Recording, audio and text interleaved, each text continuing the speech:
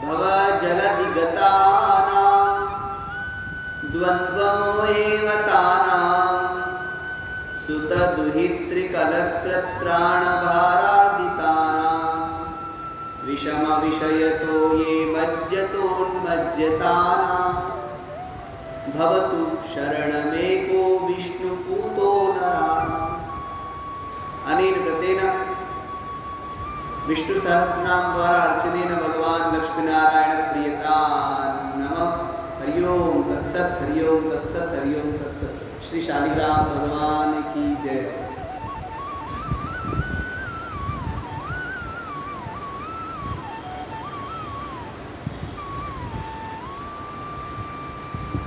मनुष्य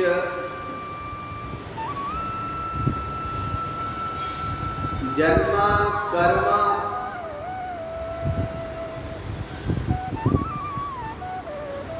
के चक्र में पड़ा, बार बार जन्म ले रहा है और बार बार कर्म कर रहा है।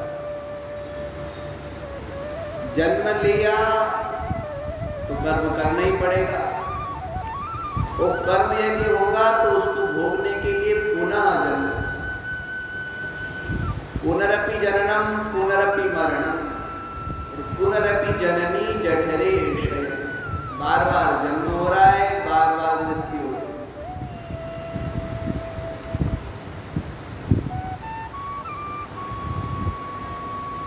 जन्म जब हमारा होता है उसके साथ में अनेक कष्ट आते। बालक जब गर्भ में आया अनेक प्रकार के कष्ट गर्भ में होते हैं। गर्भवती माता यदि ज्यादा मीठा खा ले तो तकलीफ बच्चे को होती है, ज्यादा तीखा खा ले तो उसको कष्ट होता है। गर्भ में नाना प्रकार के कष्ट, हजारों बिच्छू एक साथ किसी को काटे तो कितना दर्द होता है, उतना कष्ट उसको, निरंतर कष्ट। उसके बाद में जब जन्म हो गया तो अभी पराधीन है, कुछ कर नहीं सकता, तो माता पिता के ऊपर निर्भर है। और माता पिता के ऊपर निर्भर होने के कारण उसको चींटी भी काट रही है तो बस रो सकता है, इससे ज्यादा थोड़ी कर सकता। और बाल्यावस्था में उसको क्या कष्ट हो रहा है पता ही नहीं चलता। कभी चींटियां काट रही है, कभी मच्छर काट रहे हैं, कभी मलमूत्र में लिपटा पड़ा है। जैसे जैसे बड़ा हुआ, संसार का ज्ञान हुआ, संसार में आसक्ति हो गई, मोह हो गया, स्वजनों के प्रति चिंता हो गई। और जन्म जब होता है तो नाना प्रकार के कष्ट शुरू हो जाते। कष्ट आए भी बिना रहेंगे नहीं, कष्ट आएंगे। सबसे बड़ा कष्ट तो ये है, डर ये है, दुख ये है कि हम मरना नहीं चाहते फिर भी मर जाते। मरना कोई नहीं चाहता, जानते तो है कि एक दिन मरेंगे, पर अंदर से नहीं मानते कि हमको मरना है। अच्छा, हम लोग सब तरह की तैयारी करते हैं। हम सोचते हैं हम मर जाएंगे तो हमारे बच्चों का क्या होगा, उसके लिए हम लोग उनकी सारी व्यवस्था करके जाते हैं कि हमारे बाद भी इनको कष्ट नहीं होना चाहिए, हमारी संपत्ति में इसका इतना अधिकार है, इसका इतना अधिकार है, इसके लिए कर दो, इसके लिए कर दो, अपने रहते ही मैं ये काम कर जाऊं। परंतु अपने खुद के लिए वो कुछ नहीं करता। मरने के बाद में जहां जाना है वहां की कोई तैयारी नहीं। पहली बात तो वो मरना ही नहीं चाहता, वो बूढ़ा होना नहीं चाहता, फिर भी बूढ़ा हो रहा है। तो रोग नहीं चाहता, फिर भी रोग हो जाते हैं। चिंता नहीं चाहता, भाई चिंता भी उसको हो जाती है। ऐसा कोई पैदा ही नहीं हुआ जिसको चिंता ना हो। चिंता रूपी सर्पिणी ने जिसको ना डसा हो ऐसा कोई है ही। नाना प्रकार की चिंताएं। तो जन्म हुआ तो ये सब हुआ, और यदि जन्म ना होता तो ना कोई कष्ट होता, ना मृत्यु होती, ना बुढ़ापा आता, ना चिंताएं होती, ना दुख दर्द डर आदि होते। ये जन्म के कारण। भैया क्या ऐसी औषधि है जिससे जन्म ही ना हो? आचार्य पाद ने कहा वो है भगवान की शरणागति। भगवान के चरणों का आश्रय यदि हमने ले लिया तो जन्म मरण के चक्कर से हमको छुटकारा मिला। प्रभु को यदि आपने प्रणाम कर लिया, उसी समय बड़े से बड़े कष्ट से आप उबर जाते। मनसा वाचा कर्मणा साष्टांग प्रणामादि आपने भगवान के सामने किया, मन भी हो, शरीर भी हो, वाणी से स्तुति करते हुए दंडे के समान अगर आप लेट गए और यदि आपने प्रणाम किया तो भैया उसी समय उन्होंने अगर आपको देख लिया तो मुक्ति है। परम मन से तो करें। भगवान को प्रणाम करने जाओ तो डंडे के समान लेट जाओ। उस समय मत देखो कौन देख रहा है, कौन क्या कर रहा है। बस भगवान के पावन दिव्य मंगलमय स्वरूप को देखो। भगवान कितने सुंदर। अर्चा विग्रह की पूजा करते समय, आराधना करते समय भगवान की दिव्य स्वरूप का चिंतन करो। एकांत में सुख से 24 घंटे में से कभी भी एक समय निकालो, एकांत में सुख से बैठो और भगवान के मंगल स्वरूप का चिंतन करो। भगवान कितने सुंदर है और उनके सौंदर्य का वर्णन नहीं किया जा सकता। करोड़ों करोड़ों कामदेवी जिनके सामने लज्जित हो रहे। महाराज मनु के सामने भगवान जब प्रकट हुए तो गोस्वामी जी ने कहा नील सरोरुह नील मणि नील नील घनश्याम। भगवान कैसे? तो हम भगवान को श्यामल कहते, तो श्यामल मारे काला नहीं। भगवान कैसे हैं? तो उपमा दी हुई नील सरोरुह, नील कमल के समान जिनके शरीर की आभा है, और नील मणि के समानी जिनके शरीर की कांति है, चमक है, प्रकाश है, और जिनका शरीर नवीन मेघ के समान कोमल है। ये सब चीजें एक में नहीं होती। कमल आभायुक्त तो है नीलमणि से, नील रंग से, परंतु उसमें नीलमणि का प्रभाव नहीं। और नीलमणि में जो प्रभा है, प्रकाश है, उसके अंदर कोमलता नहीं है। और बादल कोमल तो है और वो प्रकाशमान है। और भगवान में तीनों ही चीज है, आभा भी है, प्रभा भी है, और माधुर्य, सौंदर्य, सौरस्य और सुधा निधि है। ऐसे परमेश्वर का अपने हृदय में चिंतन है। उनको देखो कितने सौंदर्य में। शंकराचार्य भगवान की माता का जब अंतिम समय आया, उस समय वो वहां पहुंच गए उनके पास। तो माता ने उनसे वचनबद्ध किया था उनको कि जब मेरा अंतिम समय आएगा तो आप मेरे पास में रहोगे। भगवान ने उनको वचन दिया था कि जब भी आपका अंतकाल आएगा और आप मुझे पुकारोगी तो मैं जहां भी रहूंगा आपके पास में पहुंच जाऊंगा। इतिहास के अनुसार उस समय भगवान कश्मीर में थे और केरल में थी उनकी माता, वहां पहुंच गए। अंतिम समय था, बिस्तर नहीं थी। वो कहने लगी बेटा मैं ज्यादा पढ़ी लिखी नहीं हूं, मेरा कल्याण किससे होगा? वो कोई साधन तो बता दो। और अंतिम समय में तो कोई साधन नहीं बताएगा तो मैं कर नहीं पाऊंगा। जिससे मेरा कल्याण हो वो साधन तो स्वयं ही कर दो। भगवान कहने लगे कि देखो मां, भगवान के माधुर्यमय सौंदर्यमय स्वरूप का चिंतन, और जब वो चिंतन करने लगी तो उनका बेटा मैं कैसे चिंतन करूंगा, मेरे को तो चिंतन ही नहीं पता। तो भगवान ने कहा कोई बात नहीं, मैं ध्यान करता हूं, मेरे मस्तिष्क के ऊपर भगवान का वो दिव्य सौंदर्य उतर जाएगा। उन्होंने ध्यान किया, भगवान का सौंदर्य, दिव्य स्वरूप प्रकाश में मां।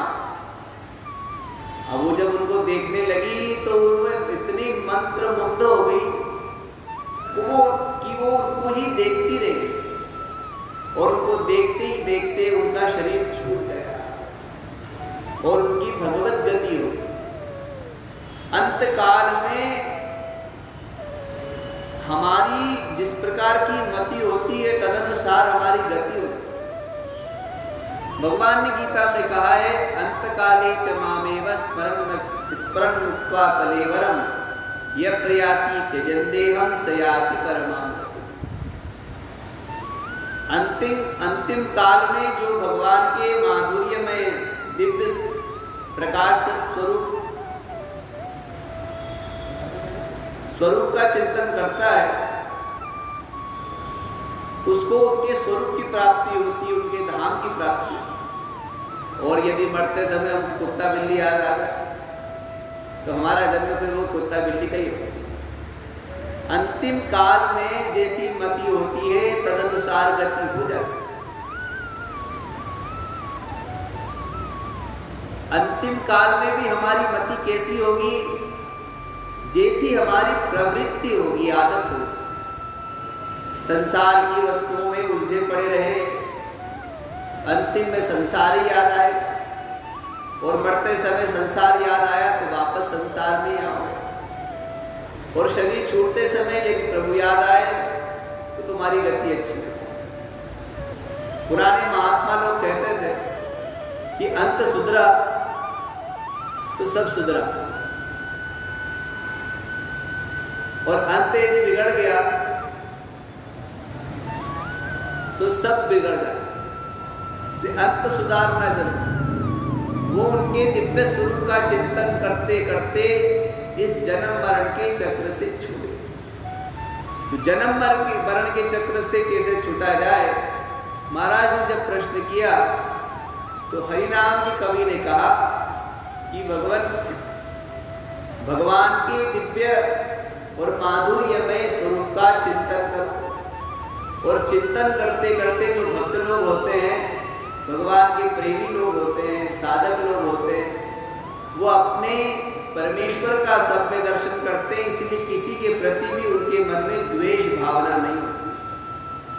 गृहीत्वा इंद्रियार्थान् यो न द्वेष्टि न हृष्यति विष्णोर्मायामिदं पश्यन् स वै भागवतोत्तमः। उनको अनुकूल विषय मिल जाए तो वो हर्ष नहीं होता, और यदि प्रतिकूल विषय मिल गया तो उनको कोई द्वेष नहीं होता है। वो अनुकूल और प्रतिकूल विषय में समान बने रहते। अनुकूल और प्रतिकूल विषय है क्या? वस्तुतः राग और द्वेष है। मन का कषाय यही है। अनुकूल विषय में हमारा राग हो जाता है, और प्रतिकूल विषय हो जाए तो द्वेष हो जाता है। भगवान के भक्त लोग जो होते हैं वो सब में परमेश्वर का दर्शन करते हैं, इसलिए उनका किसी से द्वेष ही नहीं।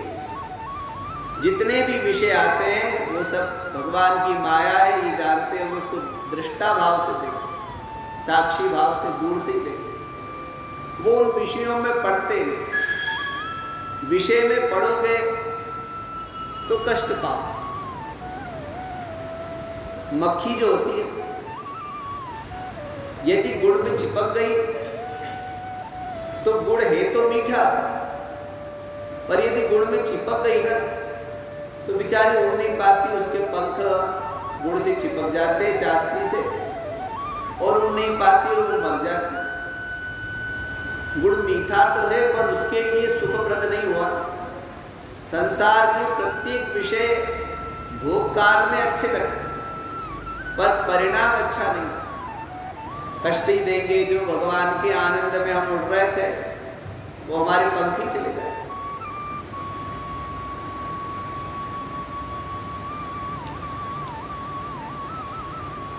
अनुकूल विषय हो चाहे प्रतिकूल, समभाव बना रहता भक्त लोग।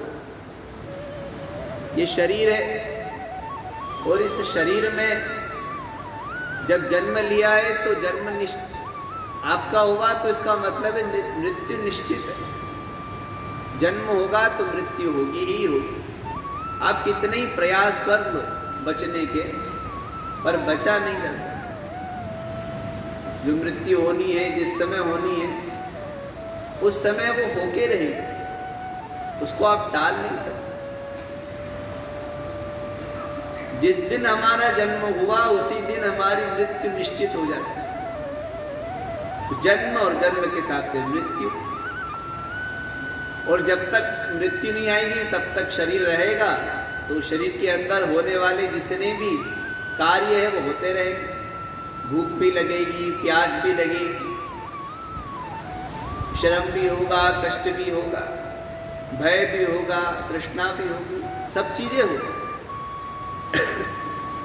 देहेन्द्रिय प्राण मनोधियाम यो जन्माप्यच्छुत भयतर्क तृच्छ्रैः संसार धर्मैः रविमुह्यमान स्मृत्या हरेर्भागवत प्रधान। शरीर है तो शरीर का ही जन्म होगा और शरीर की मृत्यु होगी। और शरीर के अंदर यदि प्राण है तो प्राण को भूख भी लगती है और प्यास। भूख प्यास जो है ना प्राण को लगती है। भूख प्यास शरीर को नहीं, प्राण को लगती है। और इंद्रिय हैं तो उनको कष्ट भी होगा, उनसे श्रम भी होगा। मन है तो उसमें भय बना रहेगा और ये तृष्णा बनी रहती है। तो इस शरीर में नाना प्रकार की स्थितियां होती रहती है, पर भगवत स्मृति नहीं हो पाती। और भगवत स्मृति नहीं होने के कारण हम कष्ट पाते। यदि हमारी सब कार्य होते रहे और प्रत्येक कार्यों में यदि हमारी भगवत स्मृति बनी हुई है तो हमारा कल्याण है। भगवान के भक्त लोग जो होते हैं वो संसार के विषयों से धीरे धीरे धीरे विरक्त होते चले जाते। संसार के विषयों में अभी हमारी रति है, पर जब भगवान से हमारा प्रेम हो जाता है, संसार के विषय फिर हमको अच्छे नहीं लगती, विरक्ति हो जाती। बहुत दिनों से आप नमकीन चीजें खा रहे थे, आपको अच्छी लगी, उससे और स्वादिष्ट खाओ अच्छी लगेगी, उससे और स्वादिष्ट खाओ अच्छी लगेगी। और स्वाद बढ़ते बढ़ते माधुर्य बढ़ते बढ़ते बढ़ते जब अमृत ही मिल गया तो वो सारे स्वाद उसके आगे फीके हो गए। भगवान यदि आपको प्राप्त हो गए, भगवान के चरणों में यदि आपका प्रेम हो गया, तो संसार के विषयों में जो प्रेम है वो फिर होता ही नहीं। वहां से मन हट करके प्रभु चरणों में जाता है। अभी प्रभु चरणों से हटके मन विषयों में जा रहा है। जब प्रभु चरणों में प्रेम हमारा हो जाता है तो वहां से फिर मन नहीं जाता। विषय में ले भी जाओगे तो फिर पुनः वापस वहीं आ जाएगा। भगवान के पावन चरण कमलों को छोड़ करके वो मन कहीं जाएगा ही, यदि प्रेम परमात्मा में हो गया। भगवान के भक्तों का जब भगवान के पावन चरणों में प्रेम हो जाता है तो संसार के विषयों में फिर उनका मन नहीं लगता। फिर उसका खाने की इच्छा नहीं होती, कुछ पीने की इच्छा नहीं होती, किसी से बात करने की इच्छा नहीं होती, फिजूल बातों में उसका मन नहीं लगता है, अनर्गल प्रलाप उसको अच्छे नहीं लगते। समझ लो कोई प्रेमी और प्रेमिका हो और आपस में प्रेम करते हो, और यदि कारण से उनका विरह हो जाए तो वो उनका ही चिंतन करते एक दूसरे के। अब वो उसके बिना खा नहीं रहा है, पी नहीं रहा है, किसी से बात नहीं कर रहा है, उसका मन नहीं लग रहा है, और प्रेमिका का भी मन नहीं लग रहा है। दोनों एक दूसरे के प्रति इतने आसक्त हैं कि उनके संसार के जितने भी विषय हैं उन विषयों से उनकी विरक्ति हो गई, एक दूसरे में आसक्ति हो। यदि हमारी परमात्मा के पावन चरणों में प्रीति हो गई, प्रेम हो गया, तो फिर हमारी भी दशा वैसी होगी जैसी प्रेमी और प्रेमिका की होगी। तो बस वो एक दूसरे से बात करना चाहते हैं, एक दूसरे के विषय में सुनना चाहते हैं। उनको माता पिता गुरु बंधु बांधव कोई भी समझाए, उनको कोई भी बात अच्छी नहीं लगती। वो चाहते हैं कि बस हम दोनों एक हो जाए। भगवान से प्रेम करने वाले जो प्रेमीजन होते हैं, भक्तवृंद होते हैं, उनका जब प्रभु से प्रेम बढ़ता है तो इतना हो जाता है कि उनके बिना उनसे रहा नहीं जाता। खाते पीते उठते बैठते चलते बस प्रभु को याद कर। धीरे धीरे धीरे जब वो प्रभु में प्रेम उनका बढ़ने लगता है तो संसार के विषयों से धीरे धीरे मन अपने आप ही हटने लग जाता है। फिर कोई इच्छा ही नहीं होती, कोई भी इनकी इच्छा उत्पन्न ही नहीं होती। अच्छा, इच्छा होगी तो उसकी पूर्ति के लिए आप कार्य करोगे, इच्छा होगी ही नहीं तो कार्य में जाओगे। आप बाजार में गए और बाजार में यदि आपने सोफा देखा तो सोफे को देखने के बाद में इच्छा होती है कि ये सोफा हम ले आए। इच्छा हो गई तो इच्छा ने अपना प्रभाव दिखाया, कार्य में उतर गई। फिर आप उस साधन में लग गए कि सोफा कैसे आएगा, पैसा जुटाने लग गए और पर्याप्त धन हो गया, दुकान पे गए, सोफा उठा के ले आए। तो इच्छा हुई, इसके बाद भी तो कार्य हुआ। संसार के प्रत्येक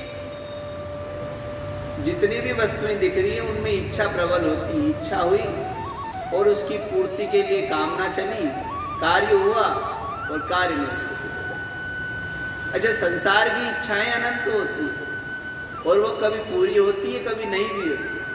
पूरी हो जाती तो हम प्रसन्न हो जाते हैं और अपूर्ण रह जाती है तो हमारे मन में अशांति बनी रहती है, कष्ट होता है। हम इतने दिनों से लगे थे, कार्य पूरा नहीं हो पाया।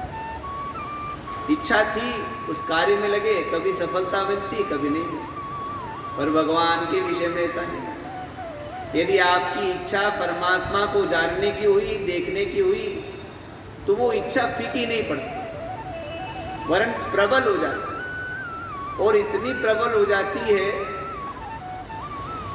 और सुदृढ़ इतनी मजबूत हो जाती है कि वो उनको पाए बिना फिर नहीं रहती। एक भक्त था, तो उसके गांव में एक संत आते थे, तो वो भगवान की कथा सुनाते थे और भगवान की कथा सुनाते कि भगवान श्री कृष्ण का जन्म कैसे संसार में हुआ और कैसे प्रभु ने लीलाएं करी और कैसे भगवान कितने सुंदर या माधुर्यमय हैं। उनके दिव्य स्वरूप का, उनकी दिव्य लीलाओं का गुणानुवाद जब वो गुरुमुख से सुनता तो सुनते सुनते सुनते उस बालक का भगवान के प्रति प्रेम हो गया और रोज सुनते सुनते वो प्रेम प्रबल हो गया। हम जब किसी के विषय में सुनते हैं तो धीरे धीरे उसके प्रति आकर्षण बच जाता है और भगवान के विषय में सुनते सुनते वो प्रभु के प्रति इतना प्रेमानुरागी हो गया कि उसने ठान लिया कि अब मैं उनको देख के रहूंगा। संत जी कुछ दिन तक वहां रहे और फिर वो आगे चले गए। वो बालक भी उस गांव से फिर वृंदावन आ गया। अब वृंदावन में आकर के वो पूछे, भैया कृष्ण भगवान कहाँ हैं, गोविंद कहाँ? लोग मंदिर बता दे, कहीं जाओ उस मंदिर में कृष्ण है। अब वो उस मंदिर में जाए तो वो कृष्ण भगवान तो बोले ही नहीं, बस बांसुरी लेकर के, अलकावली लटकी हुई है, टेढ़ा सिर किए हुए, त्रिभंगी शरीर में भगवान विराजमान है। ओके, कैसे कृष्ण है, ना बोलते हैं ना कुछ करते हैं। और गुरुजी तो बोलते थे वो कृष्ण ने लीलाएं करी, माखन चुराया, गोवर्धन उठाया, और ये तो तस से मस नहीं हो रहे, हिल ही नहीं रहे। उन्होंने कहा ये कैसे कृष्ण है। अब वो कृष्ण को ढूंढने लगे, वृंदावन में गली गलियों में ढूंढे, कृष्ण कहाँ है कृष्ण। अब उनको ढूंढते और उनसे मिलने की तड़पन बढ़ती चली गई, वो प्रकृष्ट हो गई, वो इतनी प्रबल हो गई कि अब उनसे मिले बिना उससे रहा नहीं जा रहा है। जहां जाए लताओं से लिपट के रो रहा है, आंखों से आंसू आ रहे, प्रेमाश्रु बह रहे। भगवान से कहा राजा, भगवान सामने प्रकट हो गए।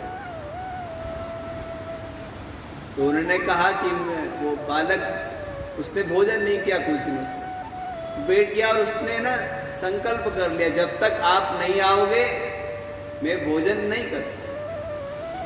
देखो, इच्छा जब उनको जानने की, देखने की हुई और कार्य चला, तो भगवान को पाने की इच्छा कभी समाप्त नहीं। संसार के वस्तुओं की इच्छा आप कामनाएं करोगे तो कभी पूरी होगी, कभी नहीं होगी, पर भगवान को जानने के लिए, देखने के लिए चलोगे तो वो पूर्ण होके ही रहे।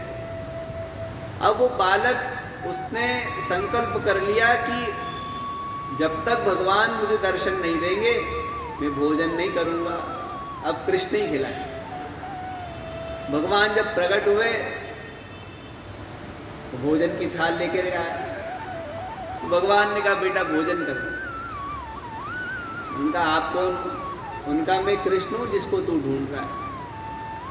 उनका नहीं नहीं नहीं, ऐसे कई लोगों से मैंने पूछा, किसी ने क्या बताया, किसी ने क्या बताया, मुझे विश्वास ही नहीं होता है ना। कई बार ऐसे जो बेचारे भटक जाते हैं, उनको कई बार तो लंपट मिल जाते हैं, और कभी कोई सज्जन मिल भी जाए तो बेचारा वो इतना वो हो जाता है कि तब मुझे विश्वास ही नहीं रहा इन चीज़ों पर। वो बालक कहने लगा भगवान से कि मुझे विश्वास नहीं कि आप ही कृष्ण हो, मैं तो कृष्ण के हाथ से ही भोजन करूँगा। भगवान भी परेशान। तो उनका बेटा मैं कैसे बताऊं तुझे कि मैं कृष्ण हूँ? तो उनका आप नहीं बताओगे, अब तो गुरुजी बताएंगे। आप मेरे साथ में गुरुजी के पास में चलो, गुरुजी आपकी परीक्षा लेंगे। यदि गुरुजी ने कह दिया कि हाँ आप वास्तविक कृष्ण हो तो ठीक है, और उन्होंने कह दिया नहीं ये भाई रुपया, छोड़ देंगे। भगवान ने कहा ठीक है चलो। भगवान उनके साथ में हो लिए, गुरुजी के पास में आए, कहा गुरुजी इनका परीक्षण करो, इनकी पहचान करो कि ये कृष्ण है क्या। अब गुरुजी को दिखे ही नहीं। तो गुरुजी ने कहा बेटा कहाँ है भगवान का? तो भगवान से कहने लगे गुरुजी को दिखो पहले, जब तक गुरुजी नहीं कहेंगे तब तक मैं दर्शन मैं कैसे मानूं आप कृष्ण। तो भगवान अब भक्त के अधीन थे, गुरुजी के सामने प्रकट हो गए। अब प्रकट हो गए तो क्या, साक्षात भगवान गुरुजी के सामने भी प्रकट हो गए। गुरुजी ने कहा हाँ बेटा यही भगवान है, और गुरुजी ने उसको प्रणाम किया कि आज तेरे चलते मेरा कल्याण, जिनको कई जन्मों से ढूंढ रहे थे वो आज आपके माध्यम से मिल गए। जब हम भगवान के लिए चलते हैं, भगवान को ढूंढते हैं तो वो मिलते हैं। हम ढूंढते ही नहीं है, हम उनको जानना ही नहीं चाहते। हम संसार को इतना ढूंढ रहे हैं, समझ रहे हैं कि उनकी तरफ हमारा कभी ध्यान ही नहीं जाता, और फिर कष्ट पाते, दुख पाते तब जाते हैं, और जब इच्छा पूरी हो गई फिर भूल जाते हैं। तो भगवान की आराधना जो करते हैं उनका मन धीरे धीरे संसार से विरक्त हो जाता। बस वो तो प्रभु के प्रेम में इतने आसक्त और पागल से हो जाते हैं, फिर उनके लिए कोई नियम नहीं होता, कोई बंधन नहीं होता, ना कोई विधि है और ना कोई निषेध है। ये विधि निषेध भी तभी तक है जब तक उस तत्व की प्राप्ति नहीं। जब उसकी प्राप्ति हो गई, उसका अनुभव हो गया, तो ना कोई विधि रही और ना कोई निषेध रही। अरे आपके घर में अतिथि आ जाए तो आप उसको कहोगे क्या भैया क्यों आ गया? नहीं, आप उसको बड़े प्रेम से अपने घर के आंगन में लाओगे, आसन पे बिठाओगे और अच्छा व्यंजन उसके सामने परोसोगे। भगवान जब विदुरानी के घर पे पहुंचे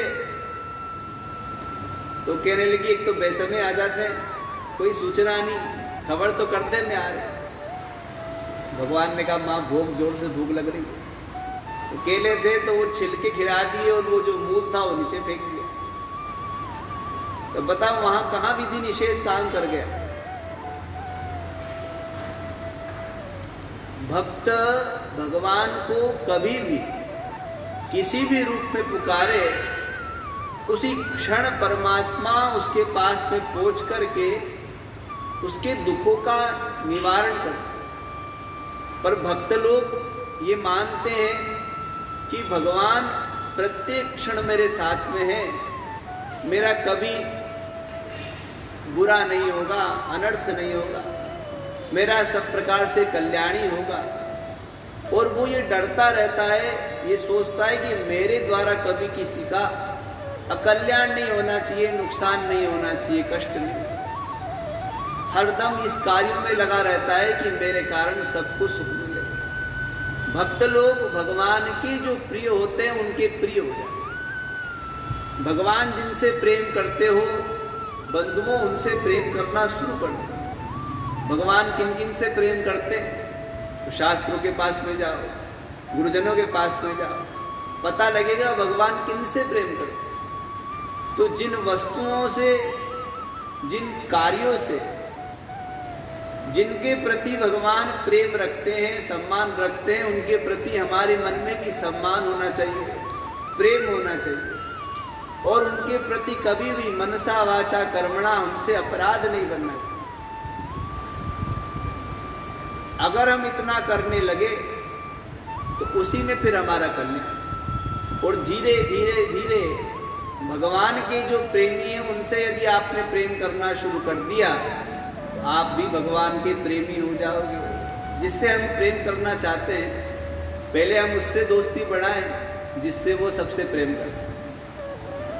ऐसे ही होता, जिससे आपको प्रेम है सीधे उसके पास में आप क्या बोलते हैं, जो भी बोलते हैं प्रेम की जो प्रस्तुति है वो सीधे करने जाओगे तो थप्पड़ मार देगा। तो हम पहले पहचान बनाते हैं और पहचान उससे बनाते हैं जो उसके प्रेमी हो, फिर वो अपनी बात, हमारी बात उसके माध्यम से उस तक पहुंचती है। भगवान के जो प्रेमी है यदि आपने उनसे प्रेम करना शुरू कर दिया तो उनके माध्यम से भगवान आपसे प्रेम करने लगेगा। तो भगवान के जो प्रेमी लोग होते हैं उनसे प्रेम करना और अनर्गल प्रलापों में अपने मन को ना लगाना, ये भगवान के उत्तम भक्तों के लक्षण हैं। नयस्य जन्म कर्माभ्याम न वर्णाश्रम जातिभिः सज्जते स्पिन्न हम भावो देहे वै सहरि प्रियः। देखो भगवान आपके किसी भी गुण दोषों को नहीं देखते, वो आपके हृदय में जो भक्ति है उनको देखते। ये कभी नहीं देखते कि पशु हो कि मनुष्य कि पक्षी, ब्राह्मण क्षत्रिय वैश्य शूद्र हो, ब्रह्मचारी गृहस्थ वानप्रस्थ सन्यासी हो, देव हो असुर हो, कौन हो, ये कभी नहीं देखते। वो ये देखते हैं कि आपके अंदर उनके प्रति प्रेम कितना है। यदि आपके प्रति उनके मन में प्रेम है तो आप पशु भी होंगे तब भी वो आपको स्वीकार करेंगे। हाथी को देखो, गजराज पशु ही तो था, कोई पढ़ा लिखा नहीं, फिर भी भगवान ने उसको अपना लिया और मोक्षत्व की प्राप्ति थी। व्याधस्याचरणम, हम सोचे आचरणों से मिलेंगे तो व्याध नाम का जो व्यक्ति था, व्याध जो था, उसके आचरण कौन से अच्छे थे, पर उसको उन्होंने अपना प्रेम दिया, अपना दर्शन दिया। और जाति देखे तो विदुर की कौन सी जाति थी, पौरुष्य देखे तो उग्रसेन का कौन सा पौरुष्य था। हम सोचे धनवानों को मिलेंगे तो बेचारे सुदामा के पास में तो क्या धन था, हम सोचे कि जो रूपवान होगा उसको मिलेंगे, तो कुब्जा कौन सी रूपवान थी। हम सोचे जो पढ़े लिखे अनुभवी होंगे उनको मिलेंगे। लोग कहते हैं अनुभव है, हम बड़े लिखे सब जानते हैं। अरे ध्रुव जी तो छोटे से बालक थे, उनको मिल गए। तो ये किसी भी प्रकार के सांसारिक जो विषय है ये भगवान की भक्ति में कार्य नहीं, ये काम में नहीं आते। काम में तो एक ही चीज आती है, वो है परमात्मा के प्रति प्रेम। बस उनसे प्रेम बनाओ, जितना हो सके उनको मनाओ। वो मान गए तो सब चीज अपने आप ही हो जाएगी। एक बहुत बड़े सेठ थे, उन्होंने भगवान से कहा कि हम आपको गंगा किनारे एक बहुत बड़ी कोठी है, वो कल प्रातःकाल शुभ अच्छा दिन है, तो उस दिन दान करेंगे। मान लो ठीक है। उसी कोठी की छत पे सोए थे, मोगरे की वो लड़ियां लगी थी, वो सुगंध आ रही थी, पूर्ण चंद्रमा खिले हुए थे आकाश में। उनको देख रहे थे और देखते देखते उनको ये अनुभव हुआ कि हम तो भगवान की संतान हैं और भगवान 3 लोक 14 भुवन के स्वामी हैं और हम उनके पुत्र हैं, इसलिए 3 लोक 14 भुवन के युवराज हैं। फिर ये छोटी सी कोठी में क्यों बंधना, इतने से के दायरे में क्यों बंधना, जब त्रिभुवन अपना ही है, 3 लोक 14 भुवन अपने ही है, तो छोटी सी जगह के लिए क्यों मोह में पड़ना। अच्छा, सुबह वो दोनों दंपत्ति संकल्प लेके के लिए तैयार रहेंगे, ये रात में कमंडल उठा करके वहां से चल दिए। वो सुबह ढूंढते ही रह गए बाबा जी का। तो जब हम ये मान ले कि भगवान हमारे हैं, तो ये भगवान का व्रत नियम है। वाल्मीकि रामायण में भगवान श्री रामभद्र ने एक प्रतिज्ञा करी है, संकल्प किया है कि यदि कोई मन से अंदर से कह दे, हे भगवान मैं आपका हूँ, हे नाथ मैं आपका हूँ, आप मेरे हो और मैं आपका हूँ, यदि संकल्पबद्ध होकर के वो ये बात प्रभु से कह दे, उसी क्षण परमेश्वर उसको अपना मान लेते और फिर कभी उसको नहीं छोड़ते। तो ऐसे का साथ पकड़ो जो कभी नहीं छोड़े। ऐसे का साथ ही क्या पकड़ना, जो आज छोड़ दे कल मिले ना मिले। होता ही है। जिन माता पिता से पुत्र पत्नी पति बंधु बांधव आदि से आप प्रेम करते हो, वो जब छोड़ के चले जाते हैं तो वापस कहाँ आते? अगले जन्म में फिर नए। पिछले जन्म में कोई और थे, इस जन्म में कोई और है, आगने वाले जन्म में कोई और रहेंगे। वो कभी हमारे थे ही, छोड़ के चले गए। मोमबत्ती की रोशनी में भी ढूंढने जाओ तो नहीं मिलेंगे, कहाँ गए।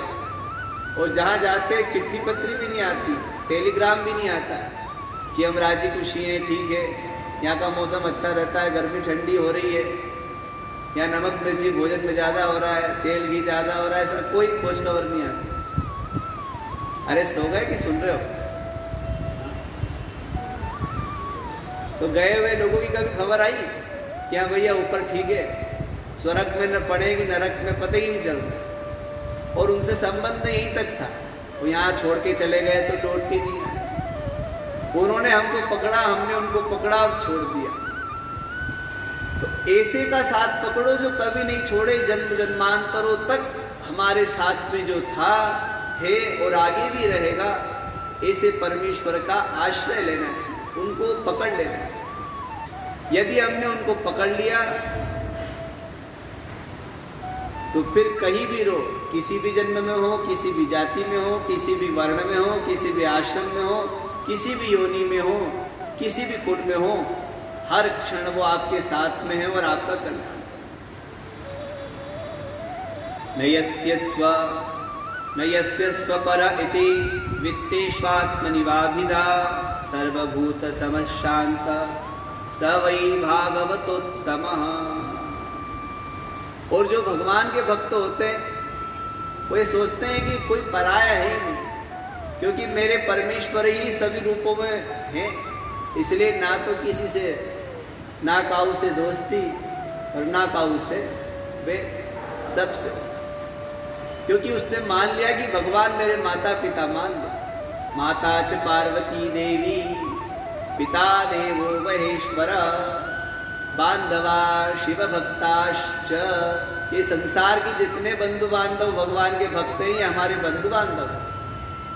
स्वदेशो भुवनत्रयम, और 3 लोग 14 भुवन ही वो हमारे हैं, हम उनके मालिक हैं। बाकी तो कितने ही मालिकपन दिखाओ, ये शरीर ही अपना नहीं, एक दिन छूट जाएगा। तो अपने आप को भगवान के चरणों में समर्पित कर देना, उनको मानना, और उनके जो प्रेमी हैं उनसे प्रेम करना, वो हमारे कल्याण के लिए पर्याप्त है। श्री राम जय राम जय